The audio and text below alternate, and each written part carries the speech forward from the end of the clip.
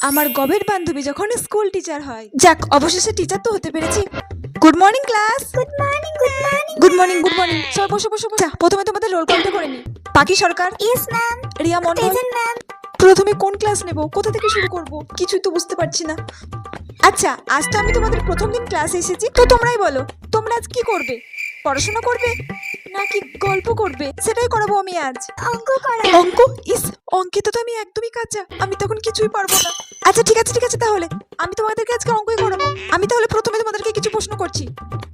এই তুমি বলো তো, 5 আর 7 কত হয়? তো সোজা ম্যাম, 12 হয়। 12? ঠিক বললাম না ভুল বললাম? আমি তো কিছুই বুঝতে পারছি না।